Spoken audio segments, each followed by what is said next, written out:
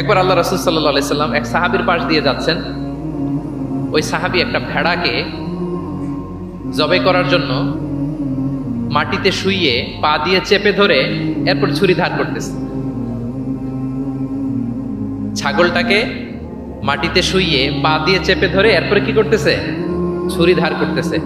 আর প্রাণীটা এই ছুরি ধার করার দৃশ্যটা দেখতেছে। আল্লাহ রাসূল সাল্লাল্লাহু আলাইহি ওয়াসাল্লাম তাকে ধমক দিলেন, শাসালেন, বললেন, তুমি তো এটাকে 2 বার জবাই করে ফেললে, একটু পরে তো জবাই করবে, এখনই তো জবাই করে ফেলতেছে, তুমি কি আগে ধার দিয়ে নিতে পারলা না? জবাইয়ের আগে তুমি কি ছুরিটাকে ধারালো করে নিতে পারলা না? শার্পেন করে নিতে পারলা না? এভাবে আল্লাহ রাসূল সাল্লাল্লাহু আলাইহি ওয়াসাল্লাম সব সময় প্রাণীদের প্রতি তিনি দয়া দেখিয়েছেন। এবং তিনি বনি ইসরায়েলের একটা ঘটনা বলতে যেয়ে তিনি বলেছেন যে একজন প্রস্টিটিউট লেডি, ব্যভিচারী নারী, যার জন্য জাহান্নাম বরাদ্দ ছিল, কিন্তু একটা তৃষ্ণার্ত কুকুরকে পানি খাওয়ানোর কারণে আল্লাহ তাআলা ওই পাপাচারী নারীকে জান্নাত দান করেছেন। সুবহানাল্লাহ বিহামদিহি।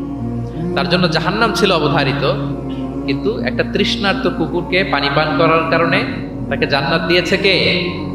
আল্লাহ সুবহানাহু ওয়া তাআলা। তাও কেমন একটা প্রাণীকে? কুকুরকে। আমরা গুরুত্বই দেই না। সামান্য একটা কুকুরকে দয়া দেখানোর কারণে আল্লাহ তাআলা এই জাহান্নামী নারীকে জান্নাত দান করেছেন। আমরা যদি খেয়াল করি যে আমরা আমাদের সমাজে কুকুর বিড়াল দেখলে কি করি বলেন তো? রাস্তাঘাটে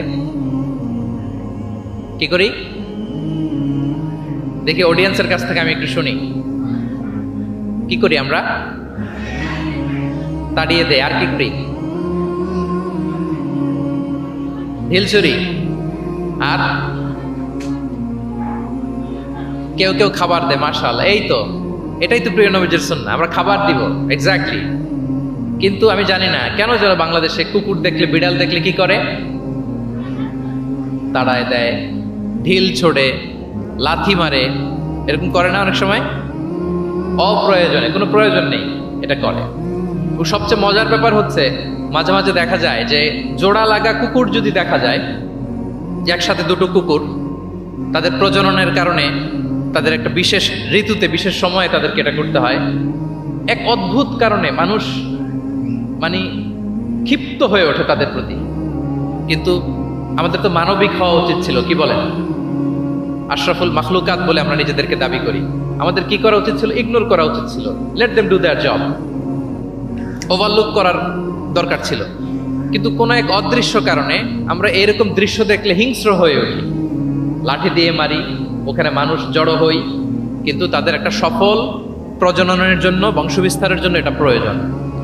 তো আমরা যেন এই কাজটা না করি, এরকম নির্মম যেন আমরা কখনো না হই। কারণ প্রাণীদের প্রতি দয়া দেখানো এটা ছোটখাটো কোনো ব্যাপার নয়। এটাই আপনার জান্নাতের কারণ হতে পারে, এটাই আপনার জাহান্নামের কারণ হয়ে যেতে পারে। আল্লাহ রাসূল সাল্লাল্লাহু আলাইহি ওয়াসাল্লাম বলেন, মান লা ইয়ারহাম লা ইউরহাম। যে ব্যক্তি অন্যকে দয়া দেখায় না, আল্লাহ তাআলা তার প্রতি দয়া দেখায় না। ইরহাম মান ফিল আরদ ইয়ারহামুকুম মান ফিস সামা। এই দুনিয়াতে যারা আছে তোমরা তাদের প্রতি দয়া দেখাও, যিনি আকাশে আছেন তিনি তোমাদের প্রতি দয়া দেখাবেন।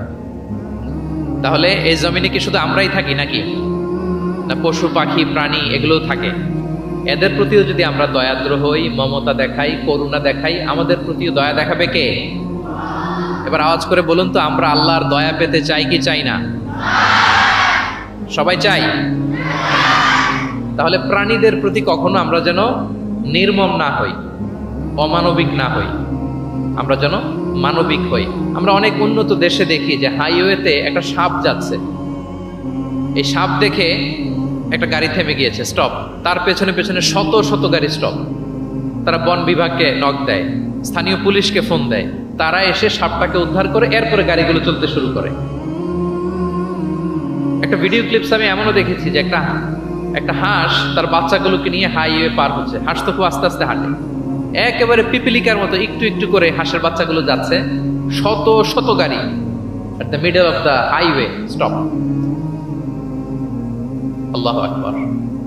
কিন্তু বাংলাদেশে দেখবেন যে রাস্তা দিয়ে সাপ যায় না, কুকুর যায় না, বিড়াল যায়, কোনো কেয়ার নাই, একেবারে ড্যাম কেয়ার। যে প্রাণীদের প্রতি দয়া দেখায় না, আল্লাহ তাআলা তার প্রতি দয়া দেখান না। তাহলে প্রিয় নবীজি প্রাণীদের প্রতি কতটা দয়াদ্র ছিলেন, মমতাময় ছিলেন, এটা সবার কাছে ক্লিয়ার? মাশাআল্লাহ। লেটস মুভ অন, আমরা সামনের দিকে আগে। এবার আমরা একটু করে জানার চেষ্টা করি যে শিশুদের সাথে প্রিয় নবীজির আচরণ কেমন ছিল। আমরা সিরাতে এবং হাদিসের দিকে যদি তাকাই তাহলে দেখব প্রিয় নবীজি শিশুদেরকে তাহনিক করে দিতেন। তাহনিক, তাহনিক শব্দটির সাথে কি আপনারা পরিচিত, নাম শুনেছেন? তাহনিক হচ্ছে কোন স্কলারের কাছে দোয়ার জন্য নবজাতক শিশুকে নিয়ে যাওয়া, সে স্কলার খেজুর খেয়ে তার মুখের লালা মিশ্রিত খেজুরের রস দোয়া হিসেবে নবজাতক শিশুর মুখে দিয়ে দিবে, এটাকে বলে তাহনিক। এটাকে কি বলে? আমি করেছি অনেক জায়গায়, অনেক মা বাবা তাদের সন্তানদেরকে নিয়ে এসেছে খেজুর নিয়ে, তা আমরা বিশ্বনবীর সুন্নাহ হিসেবে এটা করে দিয়েছি।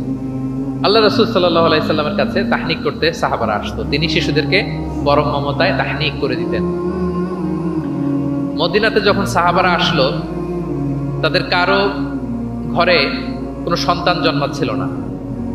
আল্লাহ রাসূল সাল্লাল্লাহু আলাইহি সাল্লামের শালিকা আবু বকর রাদিয়াল্লাহু তাআলা আনহুর কন্যা আয়েশা রাদিয়াল্লাহু তাআলা আনহার বড় বোন আসমা বিনতে আবি বকর, তিনি প্রেগন্যান্ট অবস্থায় মক্কা থেকে মদিনায় হিজরত করলেন এবং কোবাতে আসার পরপরই উনি বাচ্চা ডেলিভারি করলেন, পুত্র সন্তান। ওনার ঘর আলোকিত করে জন্ম নিল আব্দুল্লাহ ইবনে জুবাইর। মদিনায় আনন্দের হিল্লোল বয়ে গেল, কারণ ইহুদিরা বলছিল এই যে মুসলমানদের ঘরে কোনো সন্তান হয় না, সন্তান হয় না। তো যখনই আসমা বেবি ডেলিভারি করলেন, মুসলমানদের মধ্যে আনন্দের বন্যা। তো ওনার সন্তান আব্দুল্লাহ ইবনে জুবাইরকে সাথে নিয়ে কোলে করে নিয়ে তিনি প্রিয় নবীজির কাছে আসলেন, এসে বললেন ইয়া রাসূলুল্লাহ, আপনি আমার সন্তানের জন্য দোয়া করে দিন। আল্লাহ রাসূল সাল্লাল্লাহু আলাইহি ওয়াসাল্লাম একটা খেজুর নিয়ে, খেজুর চিবিয়ে ওনার লালা মোবারক মিশ্রিত বরকতময় লালা নিয়ে, খেজুরের রস নিয়ে আব্দুল্লাহ ইবনে জুবাইরের মুখের মধ্যে দিয়ে দিয়েছেন। ও এজন্য আসমা বিনতে আবু বকর সবসময় গর্ব করে বলতেন যে আমার কলিজার টুকরা সন্তান আব্দুল্লাহর পাকস্থলীতে সর্বপ্রথম পৌঁছেছে প্রিয় নবীর লালা মিশ্রিত খেজুরের রস। সুবহানাল্লাহ। আল্লাহ রাসূল সাল্লাল্লাহু আলাইহি ওয়াসাল্লাম এরকম তাহনিক করতেন। আপনারাও সুযোগ হলে আপনাদের স্থানীয় যে স্কলাররা আছেন, ভালো স্কলার আল্লাহওয়ালা মানুষ, তাদের কাছে সন্তানদেরকে নিয়ে তাহনিক করাবেন।